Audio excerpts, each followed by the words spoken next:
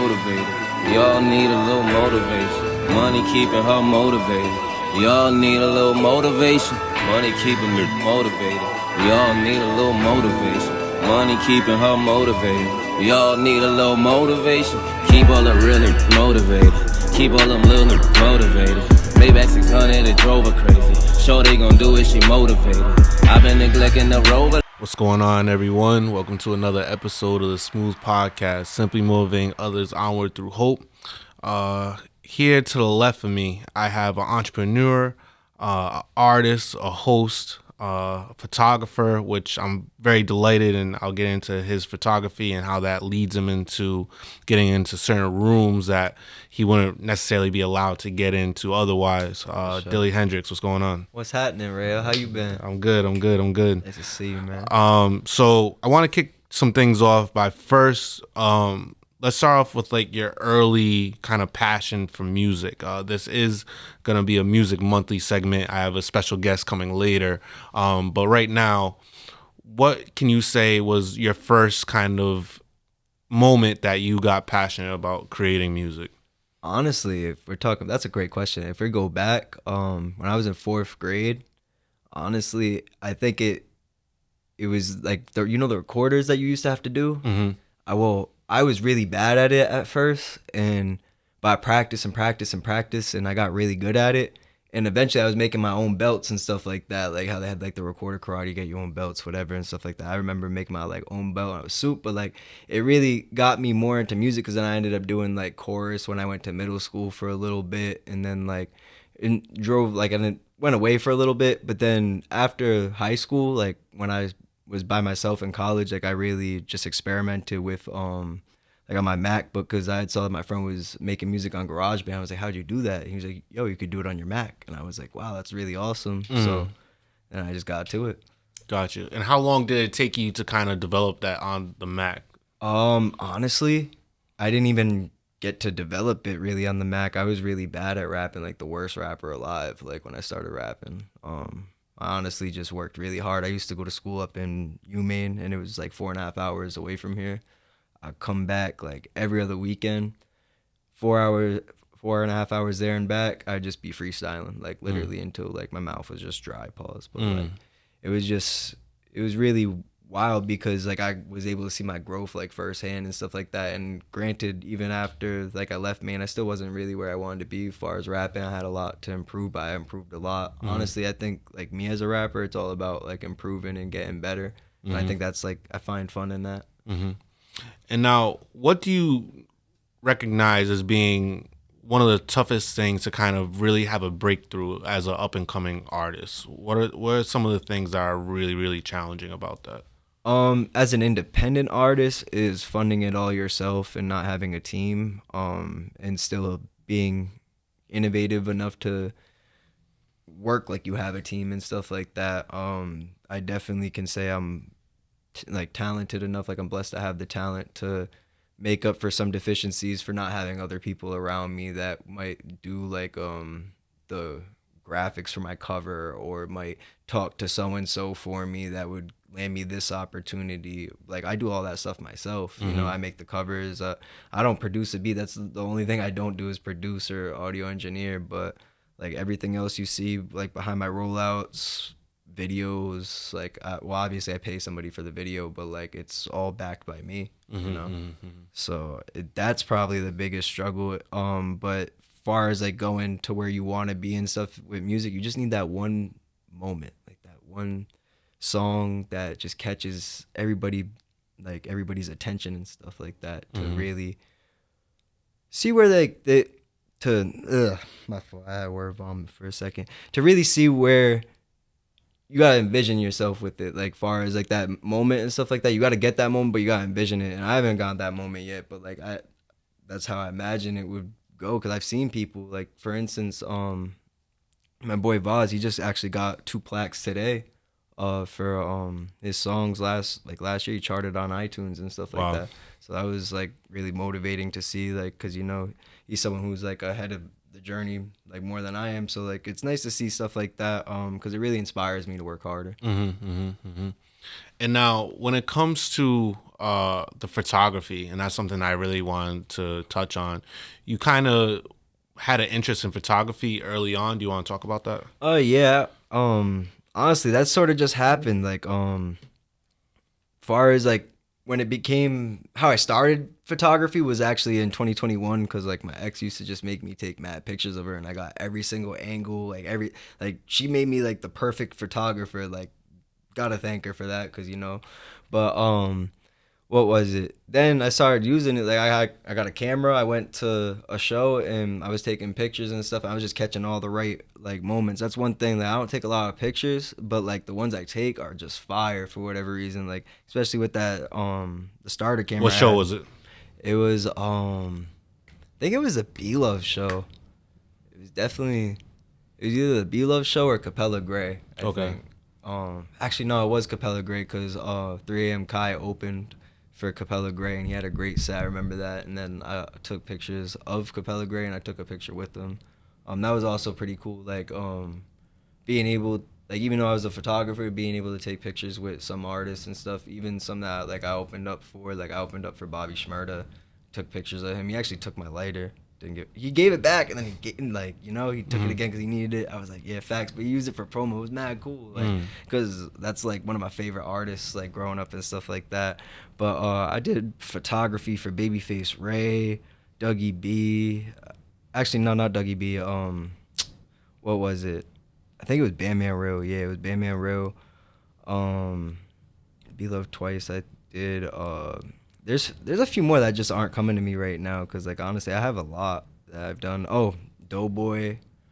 And now, are you opening for all these artists? Or are you taking pictures? Both? Honestly, I open for some of them. So I open for Babyface Ray, Lola, Bandman, and Bobby. Like those are like my most recent shows like over the past like year and a half. Definitely want to get out and do more shows like independently that aren't opening up for other artists. I want to like headline some of my shows like locally around here and stuff like that, and put like shows together with other local artists and stuff that I think are talented. Get that going. I just want to make sure I do it in a creative way. I don't want it to be like another artist showcase and stuff like that. Yeah. So something I really wanted to highlight to all the viewers out there. So he's trying to make a name for himself in this rap hip hop game. However, what he's come to find out is that through photography, he's able to not only get close to the artist, but also develop communication with the artist. Like, yo, I took all these pics of you, and, content is everything right now. So, of course, some of the artists are going to reach back like, oh, good looks, can I use it? And now he's developed a communication pattern with these artists that if he was just like, yo, let me open up for you, it probably wouldn't be there. No, facts. That's actually very good point. Most of the shows and stuff do go through like bars and stuff, but like I have talked to some artists and stuff just by getting their pictures and stuff to them, and it's definitely a pretty cool experience. Like I use like now it's kind of caught on a little bit more. Like a lot of people use photography, like, but they're mostly just photographers, but they use it to get their foot in the door type, like how I did it. But like I used it for my music and stuff like that. Like when I met Bobby, I got to tell him that I was a rapper. You know what I'm saying? Like even though like I had my camera, I took pictures, whatever the case may be. Like that was really cool. He shouted me out. Even just when it initially started, I met Asian Doll before, like doing the pictures. I got to show her the pictures. She liked them. That was really cool. And like these are like, it's awesome because like you get to have a little moment to like really like interact. You might not fully understand who somebody is in that little moment, but it's cool. You get a little glimpse, whatever. Right. And then it inspires you. Well, what I like about your path is it kind of reminds me of what I got going on here with my podcast is that, we all know by now your net work is also your net worth. So like the more like highly efficient people that you come across, that you talk to, the more likely you are to be a high level, high status person. So with that being said, it's like a lot of people do like being interviewed, and now I have an actual outlet where I can contact these high level people, and now I built a relationship with them for having the podcast. No, so the podcast is my photography. You that's an awesome perspective. I definitely like the way you put that. that definitely checks out. Yeah. And it's awesome that it's like right here in Providence too. Like I'm Right. glad that you're doing this. Like, Yeah. it's really awesome to see. Like you have great, like even just like great content, like and stuff. Like definitely, I watched for like one of your little videos the other day and stuff. Yeah. It was fire. Like Yeah. everything from like the quality of the video to what you're saying. Like I really liked it, man. Yeah. Like you're definitely doing something here. Nah, I appreciate that. How do you measure success?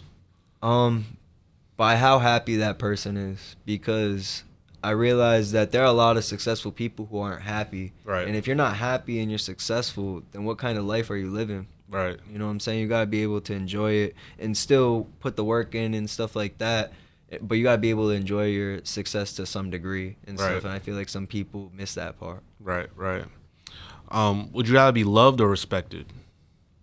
I'd rather be loved because I've been respected in many different places, and it gets you places, but I rather be loved because at the end of the day, like for instance, like would you rather somebody really love you or respect you, or like because if I feel like if they love you, like the respect comes too if they genuinely love you, because I feel like it ain't love if they don't respect you, you know. Your two, you might have more, but name two of your closest friends. I'd have to give three for sure, because like I have like a very tight circle, but these are my people for sure. Like 3AM Kai, my dog Rye Bizzo, Capo, Swayze. Like those are my definitely big four. Like those are my closest friends. Like I couldn't divvy And it now, up. if I was to go to each one of them individually, and I was to ask them, what does Dill need to work on the most? What would each one of them tell me? Honestly, like far as it when it comes to music or just in general. General or music? Music, flow for sure. People will say that I got the lyrics, but like my flow needs to be better, and I definitely see that. Definitely worked on it and getting better. You know, this next tape is really gonna be something.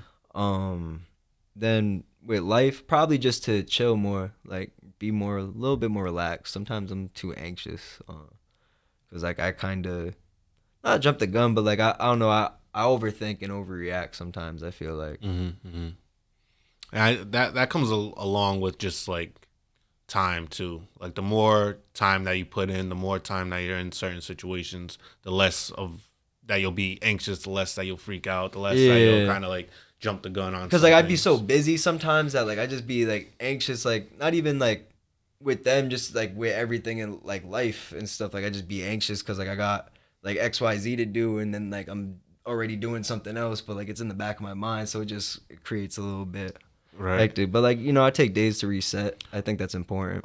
Who or what is your biggest inspiration?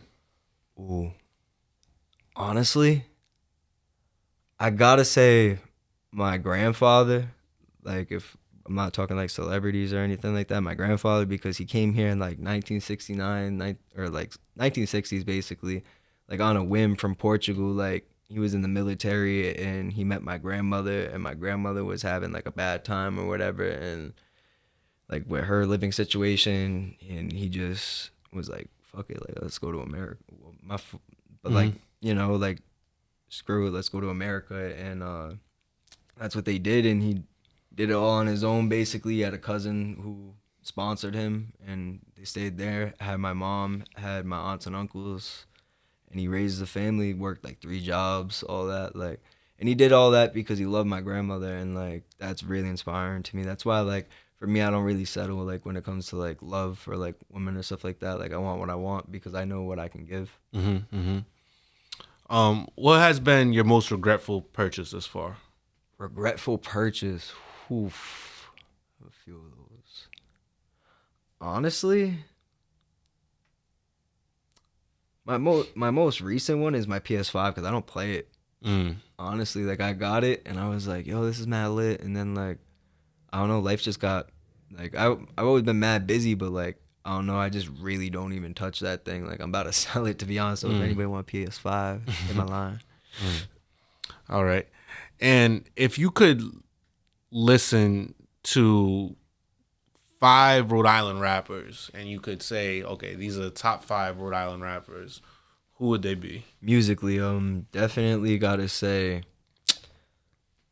My dog Capo. Like, I'm not even saying that. Like, when I put my friends in these lists, like, it's not because they're my friends. It's because I respect them and their talent level. If you go listen to their music, you'll see what I'm talking about. But Capo Foreign, Young Swayze, Lex Flair, Joe Thunderstorm, and Jay Links. Top Okay. 5 right now. Top 5. All right. Do you have any questions for me? Honestly, what made you want to get into podcasting? This is definitely, like, I always, like, I knew you were outgoing, but also, like, you know, like, this is definitely the most outgoing I've seen you, like, with anything far as, like, clubs and stuff like that. So, like, what made you get into this? So in the sphere that, like, I'm about to jump into, this is gonna play, like, a major part in, like, kind of being a separate outlet for me to reach people, for me to connect with others, and like I said before, just like making my kind of network just larger. Yeah. And it's in a real simple way. Yeah. I also am a diehard fan of podcasts. I listen to podcasts Yeah, I do every day, too. all day. What's your favorite podcast?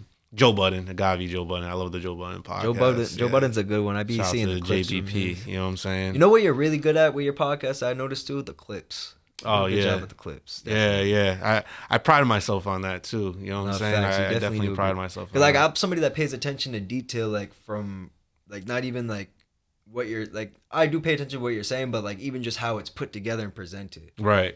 Yeah, no, because it all matters. It And does. something that's like a little bit, I don't want to say scary, but something that you need to pay attention to as a content creator is that once it's online, Yeah, it's online. it's gone. Yeah, facts. So it's like, if you don't kind of bring your best presentation, then it's like you might as well just chop it up, because it's like you don't want some half-ass stuff going on, and then it's like everyone sees that, and what if that's their first interaction with you? Facts. Like, you don't want that to That's how I happen. feel about music. When you put songs up and stuff, and it's on Apple, iTunes, all things, whatever, they can go listen to it and stuff like that, and they might not ever even talk to you. They just listen to the music. Now they have an opinion. About you, you know. But no, that's definitely cool. I definitely like that.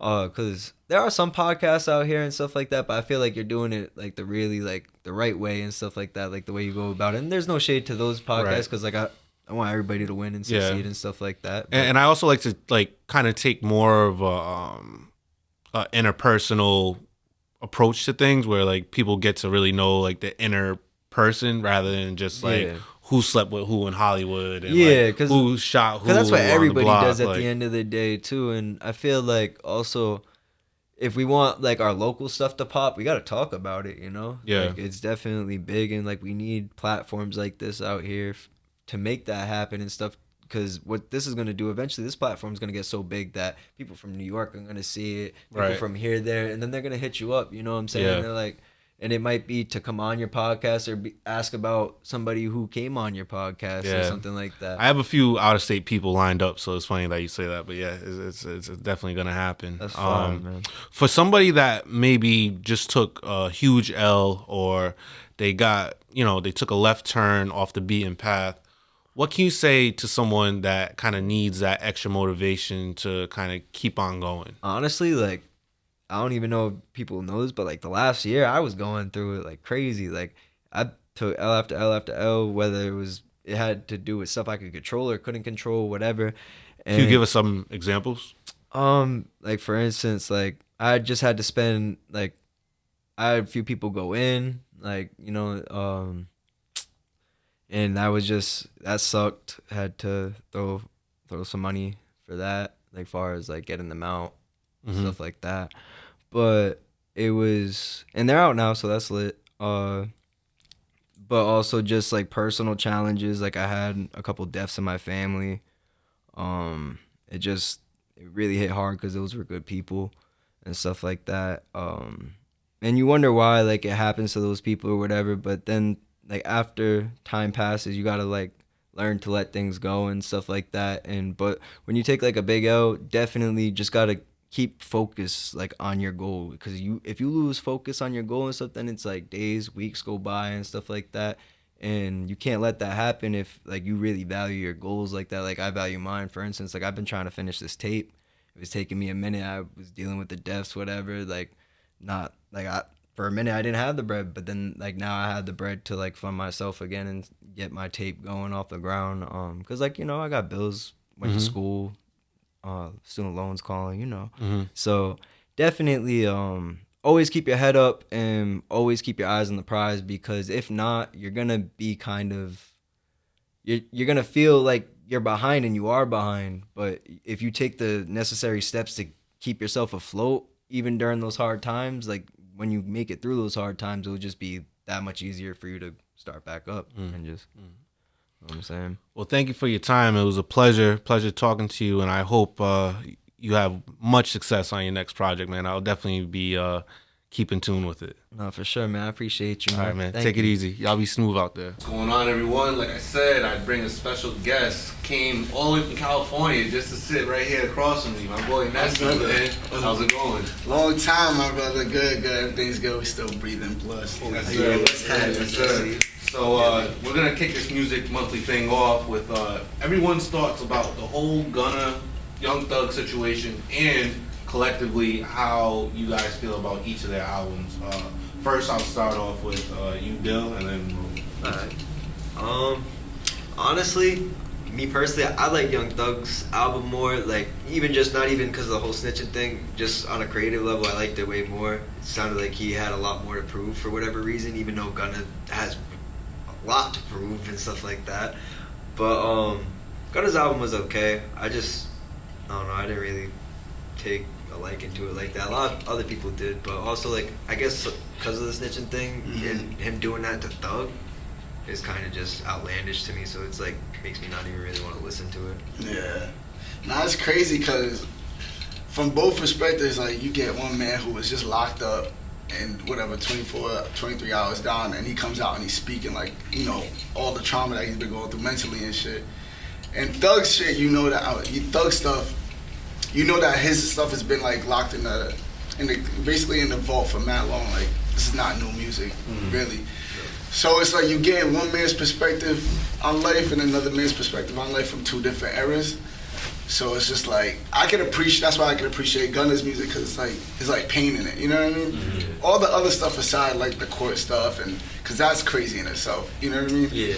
But then when I heard Thug's, like, even the first song, and Drake is kind of like speaking for Thug type thing, like, it was crazy to me. But and then he's on the call, it was just, it's wild. But it reminds me sort of like when J. Cole did that perspective rap for For Your Eyes Only, right? If you remember that. But no, honestly, that's a great point, because that's why it sort of did sound like Thug was coming harder, because I did hear that one of the tracks was like from like 6 years ago and stuff like that. Like, when you look back on it, like 6 years ago, Thug was spazzing. Yeah, spazzing on everything. So, like, how you feel about it? I like Gunna's album way more than I like Thug's album. Yeah. I'm not part of the campaign of, like, he didn't snitch on me. Like, Right. I don't think, you know, Yeah. I don't think any whatever is right. But if we're talking straight music, that Gunna album, I'm willing to say that Gunna album is probably it might be his second best body of work. What's his first? It was the one with the green cover. Drip Season 3. 2 or 3, yeah, it was 2 or 3. I think it was 3. I think it was 3. Because I got that number one. D. Cozy did the cover work for that. Oh, okay. Yeah. Yeah, so I got that number 1, but this actually might be number 2. And especially, I'm a big fan, and we're going to transition here, but I'm a big fan of people that can hold their own on an album with like no features. Like, you know, Thug got like the Drake body kit. You know what I'm saying? You know what's crazy though? I'm not gonna lie. Some of the songs, like my favorite songs off that album, and I'm a big Drake fan. And I was honestly shocked that I didn't even take a liking to the Drake records like that. I liked the records with. Yeah, it wasn't too crazy. I like the record with 21, Want Me Dead, and then there was another one with him and Travis Scott on it. Well, when it comes to Drake collabs, they're definitely bottom of the barrel on the Thug album. In my opinion. Like, definitely. And just that in its general, though, that's another conversation. It's just like, has Drake's features, like presence, kind of differed? Has it taken a dive? Like, but it's Drake. Like, this is the thing about Drake. Drake is Drake. He's the best. He's the best out. You know what I mean? And it's like, when you're comparing him to his own body of work, then it's like, is it really bad? It's not bad. But when you compare him, I remember back at, it was a time when his feature game. It's crazy. OD. 2010 to 2018. Because it's crazy. I actually just picked up a Drake playlist, like just a feature Drake playlist on my phone. Like I saw it, and I was like, yo, let me listen to this. Yo, I was listening to this. I was hearing some like songs I forgot I even heard. I was like, yo, he was spazzing on this. Like 2010 to 2018. It's almost like Braun. When Braun had that finals run, that same time span, Drake was just tweaking with the features. Yeah, like, no, 100%. Yeah. I mean, I think it's too close. If you're putting out collab albums, I'm gonna give you a break. Yeah. You know what I'm saying? Yeah, so if yeah. you're putting out a whole body of music with another person, Yeah. that's kind of a collab feature type thing. So, but that I'm not gonna lie, that album was mostly Drake though. That her lost album. Lost. But it's just being in that mode of just locked in with one person. Like, he's not gonna do mad other features outside of that. You know what I'm saying? But back to this Gunna situation. What's your perspective on it? Like, let's like get into like the conversation everybody don't want to have. Yeah. Did he really snitch on his mans? Like, so I think that if they use what Gunna said to further implicate Thug, then yes. Right. And that remains to be seen. Yes, and we don't. Yeah, and like time will tell. Right. Because I mean, because we're not in the courtrooms. We're not like making the deals with the lawyers. So we don't really know what's going on. And it's like, if I'm Thug, yeah, I would kind of want Gunna to be outside, like making money for my label. Right. That makes sense. But then if I'm also Thug, I'm also kind of like, yo, like ease up on my mans a little bit, like. But I don't know if he can say that without giving up the master plan. Yeah. But you gotta also realize, Gunna signed to Thug. Right. For Gunna to drop that album, he has to get the approval of Thug. So then it just makes you think like, okay, is this just a play? Like, you know what I mean? Is this like a marketing play? Like, fake beef, or like, let's act like we don't know what's going on right now, and then when we get out, we come back, but we can make a lot of noise. The only thing that is keeping me from saying that is because of the people that are close seem to be in the dark still, and it's like, you tell Dirk, yo, Dirk, chill. Yeah, right. If that wasn't everybody's going, you want them to bring it down. There's honestly a valid argument for both ways. I'm not gonna lie though. I think like with the whole with that situation, I like what you said about that, because that's a great point, because he is under Thug's label and stuff like that. And I was like, is he really?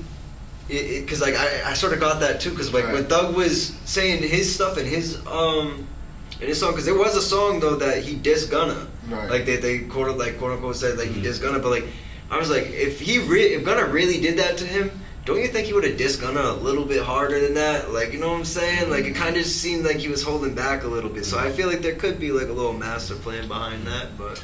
I'm just happy that Gunna is kind of taking more aggressive approach. Right. Like he's like talking like, oh, I'm coming up on people that's talking. Put money on this. Yeah, like so that's a whole different approach than I thought he was gonna take. Right. I'm glad he's taking it. Like he just didn't go missing. Right. Unlike the next topic I want to bring up, where is Fabulous? So the last Fabulous album dropped 2019. Right. So we're 4 years removed at this point. I know that situation when Emily B happened, and that probably put a ice on things. However, now it's like, all right, we didn't get another solo tape in the fall, winter time. No summertime shootout in the summer. It's like, what do you think the holdup is? Because I don't think it's him like not wanting to put music out. For some reason, I gotta think there's another thing in play right now. What do you guys think? I'll say is that Fab, I feel like he drops more or less like at the right time. Like, and for him, I feel like the past 4 years, like he is getting older. He's growing in life. He's probably venturing into different things. He had that thing with Emily B happen to him. He's probably just making money moves right now, and probably get ready for an album and stuff. I'm glad you brought up Fabulous though. That was like one of the first shows I ever saw in my life, like when I was 16. So like, definitely like. Yeah, Fab is a staple. Fab is he's a legend, and I think something that people don't think about, which is something like even me, like I'm an artist, right? Mm-hmm. And there's times where you go through where it's just like the industry and the game, and because it is a game, like you got to build this thing up, you got to have the right pieces in line, you have to do this, do that. And it's not like, as an artist, we love, true artists, you love making music. That's what you sign up for. Everything else is kind of like a byproduct of that. It's like if you're running a business, if you're a dentist, you love dentistry work, you know what I mean? But you don't want to do all that extra work around it, and sometimes that takes away from the love. And so sometimes you just say it gets overwhelming, like all of everything around it, not the music, but everything around it, that you just take a step back and you're just like, bro, like I need to have that hunger and that fire burning in me for me to get back and do all that extra work or do everything around it. So when I see artists kind of going away, a lot of times I'm thinking like from that perspective rather. It's either, it could be some label stuff, but a lot of times it's like we love making music, bro. Like artists, you just love creating, So I doubt it's the music. It's probably everything around the music. And he's also getting older, So it's one of them situations where he did just get on that collab though with City Girls and Diddy. Gotta set up the right situation. Yeah. So I hear what y'all are saying, and y'all are definitely making valid points. My only thing with that though is like the 4 years. That is an extremely long time. And it's not like it. You guys both brought up the old thing, like getting older. But I would kind of give some pushback because he's hosting clubs every week. Is so he? Oh yeah, he's still out here getting his bag every week. So it's like. If he's playing like the older guy card, then you're also not outside every week. But that brings me back to my point on money moves. For instance, a lot of artists that are up even in the industry don't even, because especially if they don't own their masters and stuff like that, aren't even getting money like that off their music. So that's a money move. Like going to the club, he's getting 20 bands. Why not? Right. You know what I'm saying? Right. So like it's like, but there are some artists that take their time and stuff in between albums, and like I said, he will get a little older, but like for instance, like Rihanna hasn't made an album since 2016, or Frank Ocean. I know Frank Ocean's not really rap, but freaking he hasn't dropped an album in dumb long. Yeah, these hiatuses, I feel like it happens often. But Earl Sweatshirt, when did he? I beg to ask the question, like, do we really want another new Fab tape? Because I'll never not want a Fab tape until he proves me otherwise. Yeah. I don't think he's proven me otherwise yet. Right. I love. What was the last project? I think the Shootout. No. Summertime Shootout 2 or 3.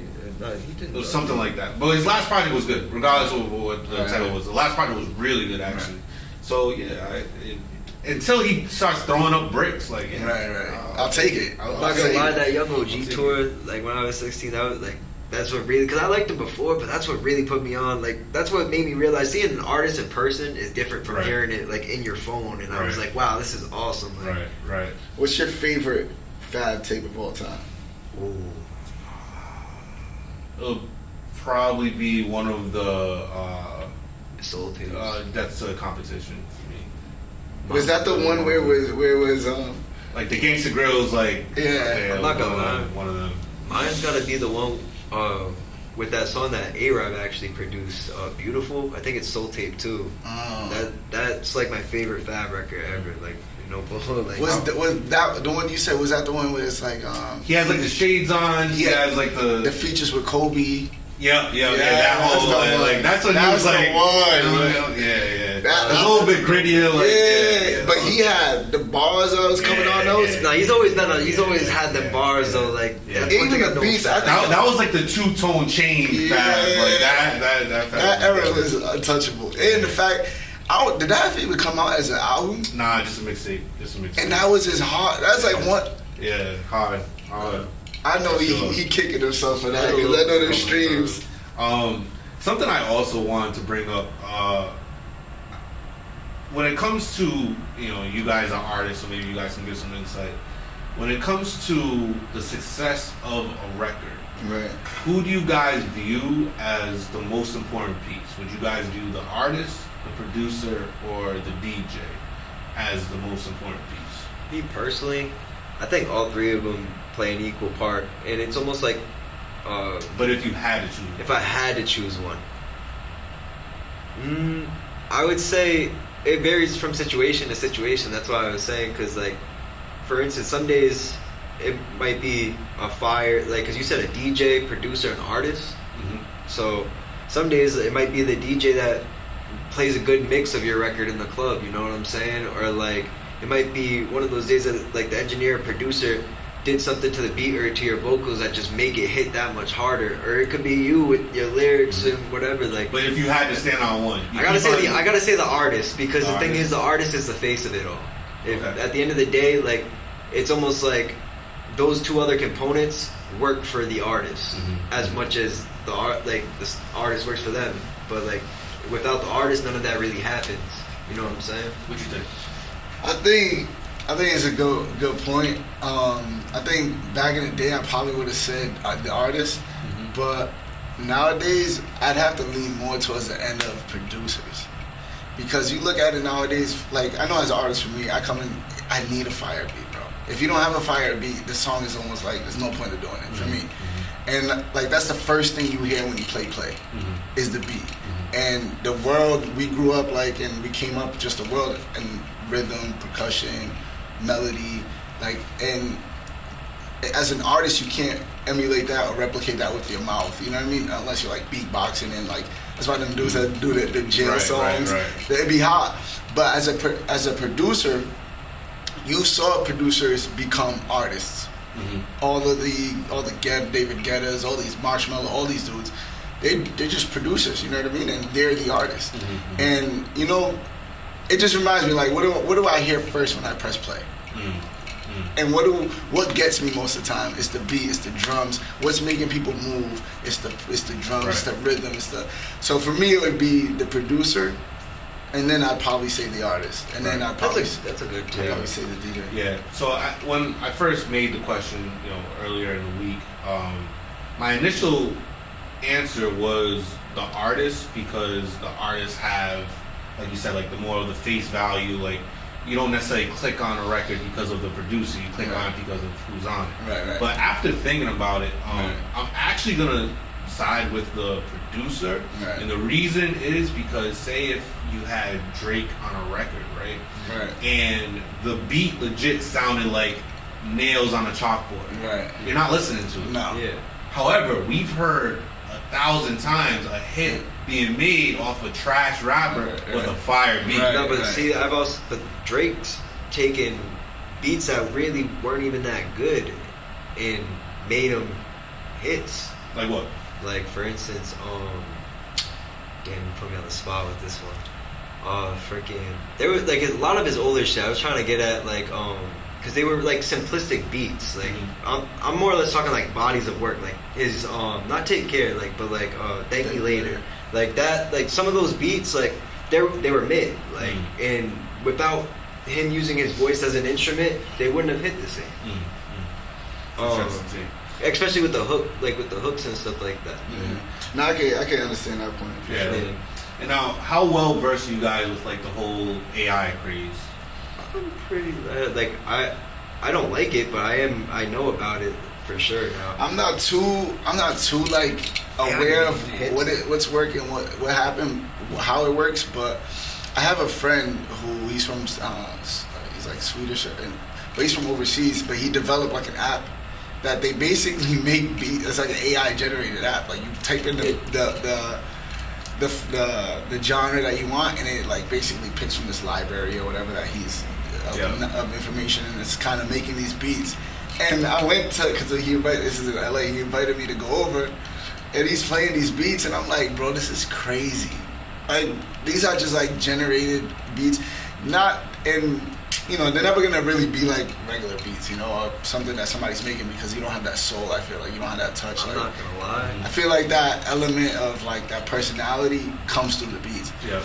But it's crazy, and it's crazy what it's gonna do to the game. Like, you look at Drake, like that. There's songs that people there's songs from right Drake. now. That's what I'm saying. There's some song, like there was an AI song that I'm not gonna lie. I really feel like Drake just did it for promo. Like, he just dropped, like he leaked it and just was like, nah, AI made this, and it was a smacker, bro. Like, because the thing is, I heard other AI Drake songs, but they didn't have like the little nuances. Yeah, nuances of his voice that you could like define and stuff, like, and be like, oh, all right, that's Drake. But that's also it just getting better with time too. Like, it's the same as like Apple software. Like, every year, every few months, like you get an update, boom. Yeah. So like, when we're talking about AI now, 5 months from now, it might be a whole different playing field. But man, they gotta put boundaries on this and fast, like boundary, like legally, Yeah. like far, because like it's gonna ruin the art. It really will ruin the artist, because Like- then it's like you'll be listening to Drake or you'll be listening to Kanye, but you're not really listening to Drake or Kanye, and it's Right. like that's not their perspective. Sometimes, like the point of having the artist is that perspective. Well, they'll definitely have to sign off on it, but where I see it going is it's gonna be as if like how these big companies can purchase somebody's catalog. Right. It's like we purchase like you to put your You're basically saying they're gonna stuff make the on voice- whatever we they're- want to come up They're with. gonna make the voice a product, is what you're saying. Yep.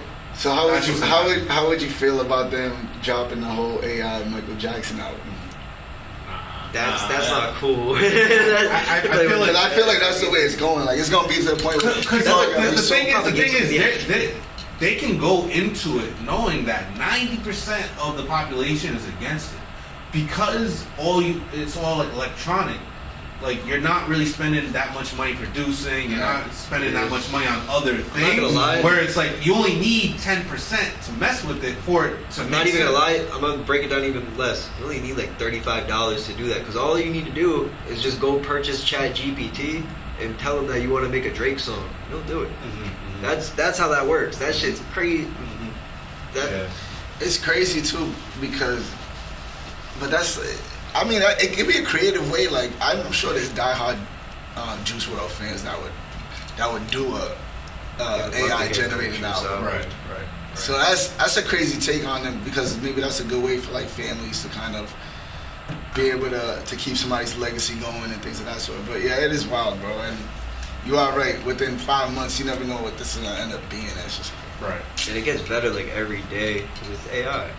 So it's definitely. Now, I was a huge Young Dolph fan, and obviously being a Young Dolph fan, you're kind of almost glued into what he had going on and the whole PRE stuff. Right. And, I also like Key Glock. Some of his stuff sounded the same, but I liked a lot of his stuff. He just released that Glaucoma, like the special series one, but the Glaucoma tape, I feel like was like really, really good, really well put together. Right. And something about Glock is he never has any features on any of his songs.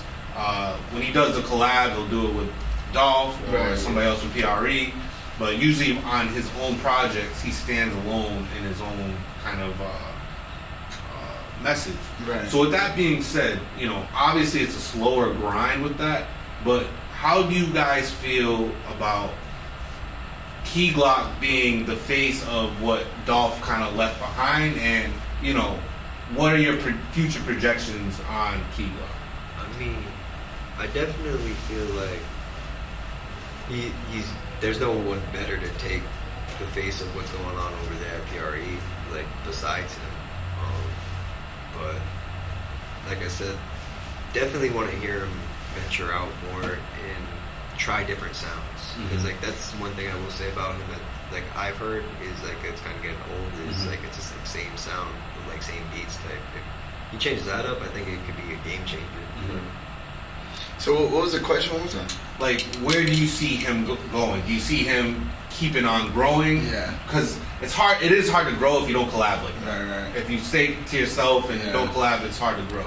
Or because his last album was probably his like best, and it's been a slow grow trajectory. Yeah. You find that it'll still go that way, or because he's only working on himself, is it gonna be like stagnant at some point?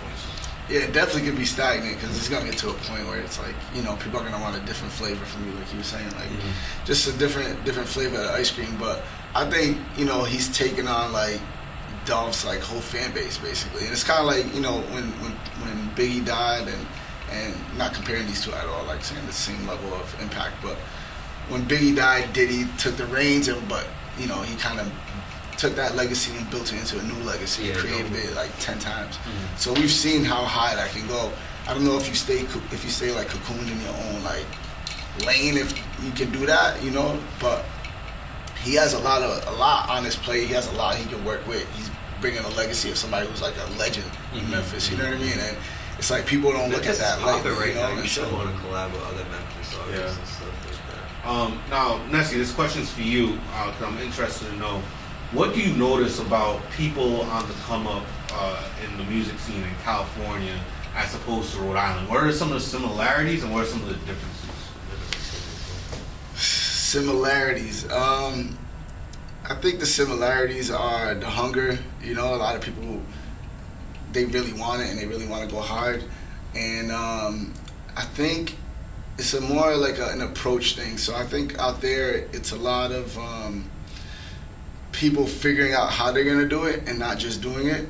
And, you know, it's probably the same thing. It's probably, in both areas, I feel like there's two of the same crowds, but people are just trying to figure out a route or a way to kind of make an impact. And here, I feel like it's people are working, everybody's going hard, but it's hard to like really figure out the road. Let me re-answer this. Hold on. Ask the question one more time. So, what are some of the similarities? Yeah.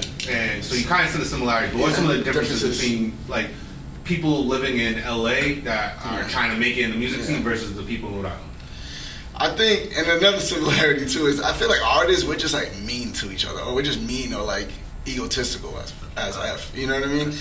And I feel like that's a big similarity between all artists because everybody's like entitled, like, oh, you know, you get so caught up in your own kind of thing. Yeah, or in your own music, you know, and you're just like, you want to make it so bad that you close your, you know, you become this egotistical person because you want to, like, hey, I'm the best, you know what I mean? It's like a basketball player, but basketball, you're a little more, you know, you're more collaborative. But the differences, too, is just, I feel like out there's a lot of different styles, you know? I feel like I meet so many artists that do, like, a lot of different music, and out here, too. But, you know, I think when you're in, like, a small city, you know, sometimes like a lot of artists can sound the same, you know what I mean? Right. Like if you go down south, if you go to Memphis or you go to Atlanta, you'll find the same things. But in LA, it feels like more of a melting pot, like where people are just coming from different areas. So you're definitely getting different vibes from different types of music, alternative, et cetera, et cetera. But there's that here too. It's just on a different scale, you know? Yeah. But out there, it's cutthroat, you know? People don't care. It's just like, you know, not everybody's honest or real with each other. And the one thing here with the artists is like, if you like the artist, if you hate the artist, you know. You know, out there, you don't know. It's like everybody's kind of playing the politic game. And so it's just like... Well, I can imagine on the back of you saying that there's a lot of different styles and a lot of different like artists out there, you kind of don't know. Like, say if like there was a style of rap that I'm not really a fan of, but he could be like popping in his little style, like I might not want to ruin that connection by saying, "Oh, I don't like your music," because like who knows where that person will be. Right. You know what's crazy though? When you said that, it made like perfect sense. Like, because I look at Rhode Island as a melting pot of just people, not like music. Like I'm saying, like, but like when you put it in perspective, like melting pot for LA with music, it really makes it. Because I know, I know my boy that moved from Mass and stuff. Like they make like alternative type music and stuff, like different from rap. But like they'll show a rapper, whatever, like.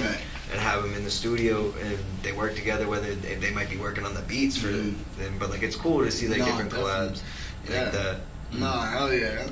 What's your perspective on like just maybe musicians coming out of like different states compared to Rhode Island? One thing I will say about how you said that people out here might know, I feel like not everybody does know though, because like maybe for you because you're a little bit bigger, but like some people because it's on a. You gotta think about the scale. It's a much smaller scale, like out here. So it's like people really don't think about the bigger picture and how big things could really get. And I feel like that's what happens with the closed-mindedness of everybody and stuff like that. Yeah. Small like they don't want to like work together, or like they might not want to work with somebody because they got beef with X, Y, Z. Because you know everybody know each other out here. So it's. What I think that music is very much. It's more global in the sense of you can be from Rhode Island, but someone can hear you somewhere else and be like, "Oh, that dude's fire," right? Yeah. What I think a lot of artists struggle with is the marketing of their music. I think they do too much local shows. I think they do too many. Like they think too local. Like they want like the home team support, but in reality, like. It's all about numbers, it's all about listeners, it's all about views. So it's like, if you're only trying to get that from Rhode Island, like, you're almost defeating your own purpose. If you want more fish going to the big ocean. I know artists, you know, and I see what they're doing, but I think that if more artists from Rhode Island started hitting up people like big time interviewers from like, you know, Chicago or from New York or from LA, and they paid the price, like, you know, you gotta pay to play. You're at least getting like more exposure, and then you're now putting yourself in different markets where just RI listeners might not have been able to bring it. No, that's important. Glad you said that, because like you want to reach your target audience across the country and stuff like that. Like whether whatever your music directs to whatever audience, whatever, you want to make sure you're getting that push. Like you're doing the research to see how, like, what ways you could push that, like through whatever platforms, or like whether it be podcasting, YouTube, whatever. Like just making sure, or like knowing a good promo guy that can actually get you, like, not numbers, like real listeners that will hit you up, freaking try and collab with you, talk, or like really like your stuff, man.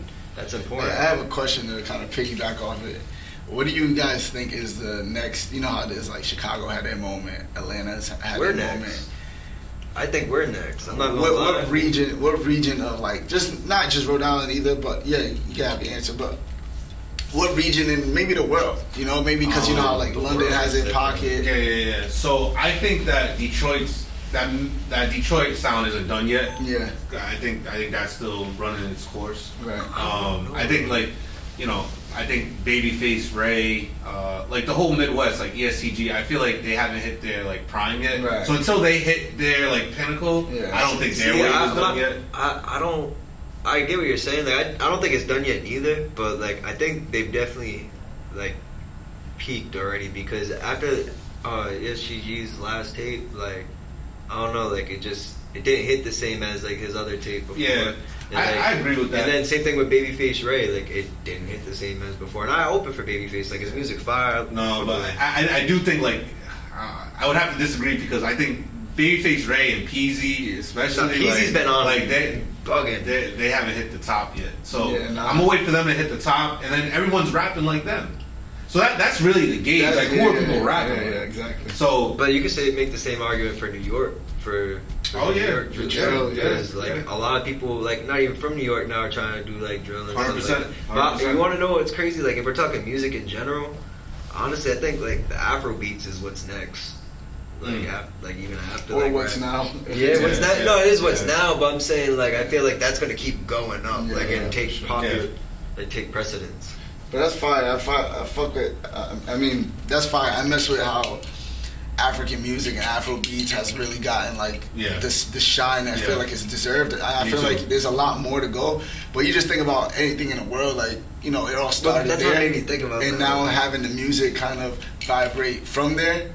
I feel like it just kind of, it's unifying music, it feels like, you know, because before I felt like, you know, everything had its own pocket, you know what I mean? But I feel like now we have like it feels like a nucleus. Because they're not talking about shooting. Yeah. There's no Afrobeat song like, yo, I'm gonna hit up my house. That's why. It's simple as that. Energy's real. Like it's as simple as that. Like, if all rap was like, you know, not talking about shooting and drug dealing and stuff like that, it'd be the same way. But that's why Afrobeats is like feel good music. You know what I mean? No, but yeah, I think that Detroit is definitely a good. I can agree with you. I don't think it's hit its mark yet, but it's definitely, he's right. Like I don't know, because I had all them rappers slide for their shows, and their shows were lit and stuff. But like all their projects after, besides Peasy, like they didn't grow. I felt like as artists, and I think that's important on your journey and stuff like that. The gauge really, if they're done, is if somebody's had a number one yet. And I don't think nobody's had a number one yet. Do you think they'll ever have a number yeah, one? why not? I feel like everybody from one area, at least one person ends up getting a number one, you know? I mean, shoot, all it's gonna take for Eminem to peek over and do a feature real quick. That's it. That's all it's gonna take for real. No, honestly, that is true. Like he could like breathe on your record. That is all. Be like, yo, Eminem featured. Yeah, all right, here's your platinum plaque. Seen the man come back, and I would not be surprised if Babyface Ray gets an M feature, just cause, you know what I'm saying? I know, that would be crazy. Just cause, you know what I'm saying? So lastly, let's talk about the little situation that happened yesterday at the BET Awards. So JT threw either his phone or her own phone at Uzi for, I guess, potentially flirting with Ice Spice. What's y'all takes on that? Man, I would flirt with Ice Spice too. Feel me? No, don't get me wrong. Like I love JT, but like Ice Spice, man, like she made me want to wear my Nike tech, no cap. Like I love that. I feel like Ice Spice put pressure. Yeah. She applied pressure for JT to get hot like that. Yeah. Like, you just gotta think about it, like, you know, she sees the hottest shorty coming up out the game. She like, nah, I can't have her come next to my miss. You can't have none of this, because you know, all it takes is she might get swapped out. You never know, you know what I mean? No, fact. No, but you it's just want to rock, you feel me? But Ice Spice is fine though, and I feel like she handles everything with class, like very like. No, that's I facts. never The whole see her Drake get mad, situation, like, you know what I mean? She never even tripped up over nothing. Like. Yeah. For me, I think that everything that happened was just on brand with all of them, right? Yeah. Like Ice Spice is the newest girl. Like, she's about to be like the queen of hip hop for real. Yeah. And she probably grew up listening to Uzi's music, so she views Uzi how like, we view like Future and stuff like that, right? So she's obviously gonna like politic with him. Right. Now, as a city girl, you gotta throw a phone at your dude. You gotta you gotta represent. do that. Like, if she was quiet, that wouldn't really be on brand for her. You know what I'm saying? So I think everything was just on brand with that situation. Is that the most city girl thing that the city girls have done? No, that's not city girl because she's tripping up over a man. How's that city girl? I think the most city girl was the other one, Carisha. And like being with Diddy having a kid, and her still just rocking out. That's she was chilling. She didn't even trip. She was just like, yeah, it's alright. City girl. She's like, it's cool. Shout out to her, man. She keep it in. But it's in her perspective, she's like, yo, this life that I'm living right now, no one's touching me. So say whatever you want. I'm living it. I'm gonna keep on living it. You know what I'm saying? I think she's a great example of, you know what I mean? If you don't want to bug out, you don't have to bug out. Like, you know what I mean? I feel like she's a good role model. Shout out to the city girls. This is a good role model. But, man. that's about it. Does anyone have any like last thoughts or any last questions? Nah. Honestly, my last thought, got tape dropping soon, end of the summer. Okay. I haven't put a date on it yet because I'm really putting my all into this, you know. I really can't wait to share this with the world because it's been a lot of like just ups and downs and stuff like that. So I'm just really trying to be able to project that on an album. Like late nights, like sometimes I go from like my 9 to 5 and I'll like write music until like 3 in the morning, and then go to sleep and just do it again. And that routine gets pretty rigorous sometimes. So Yeah. And anything up for Nesi? I know you're falling back on the music just a little bit. I've fell back, but in front of the camera, not behind the camera. So I'm gonna pop out. It's just patience. It's just time, you know. All right. Well, thank you for joining us. Thank you. Definitely Appreciate it. It's good to have this conversation. Y'all stay smooth out there.